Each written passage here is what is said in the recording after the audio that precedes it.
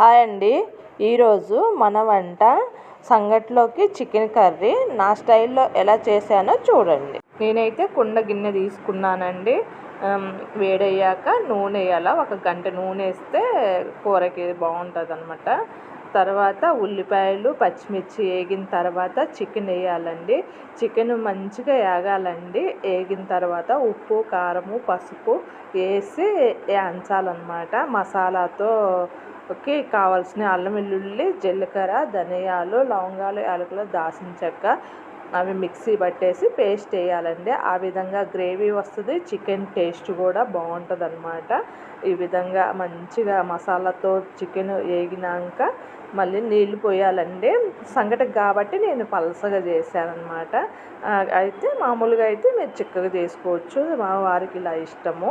సంగటితో తింటే అబ్బా ఎంత టేస్టీగా ఉందండి.